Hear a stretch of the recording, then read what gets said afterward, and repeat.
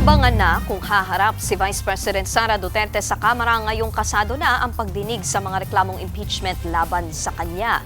Pero ayon sa isang complainant, kung dadaluman ang bise sa hearing, siguradong hindi niya sasagutin ang mga alegasyon. Narito ang report. Matapos ideklarang sufficient in grounds o sapat ang basihan sa dalawang impeachment complaints laban kay Vice President Sara Duterte, sisimulan na ng House Committee on Justice ang pagdinig ukol dito sa Miyerkules, March 25. Natanggap na ng kampo ng bise ang imbitasyon para dumalo sa hearing.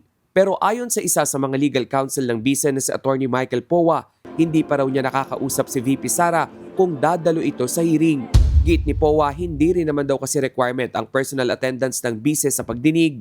Ang anuman daw na desisyon tungkol dito gagawin ng naaayon sa karapatan ni VP Sara at sa payo ng kanyang abogado. Una nang sinabi ni House Justice Committee Chair Jervil Luistro na prerogative o may sariling pa siya ang bise kung dadalo ito sa hearing. Pero para sa miyembro ng grupong Tindig Pilipinas at abogado ng binawing second impeachment complaint na si Attorney Dino De Leon, dapat nang humarap si VP Sara at sagutin ang mga alegasyon laban sa kanya.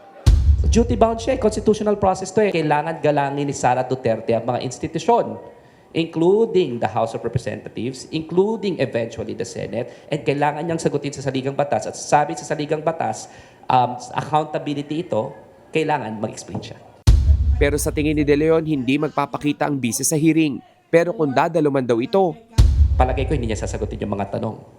She will again throw an attitude out there and claim that this is all political.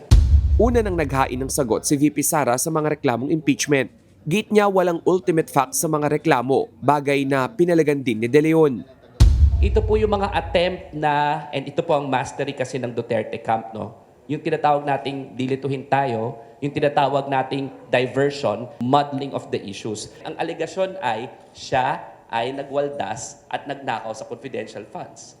Yun ang kailangan niyang sagutin. Kaso ayaw niyang sagutin, ginagawa na naman ng mga teknikalidad. The attitude is against accountability, which is the very soul of the Constitution.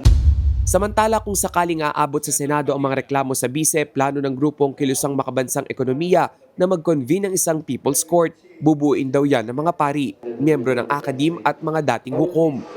Habang nagsasagawa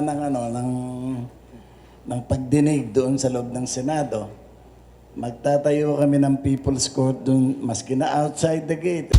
Nagbabalita mula sa Frontline, Rainiel Pawid, News 5. Mga kapatid, Nikki de Guzman po.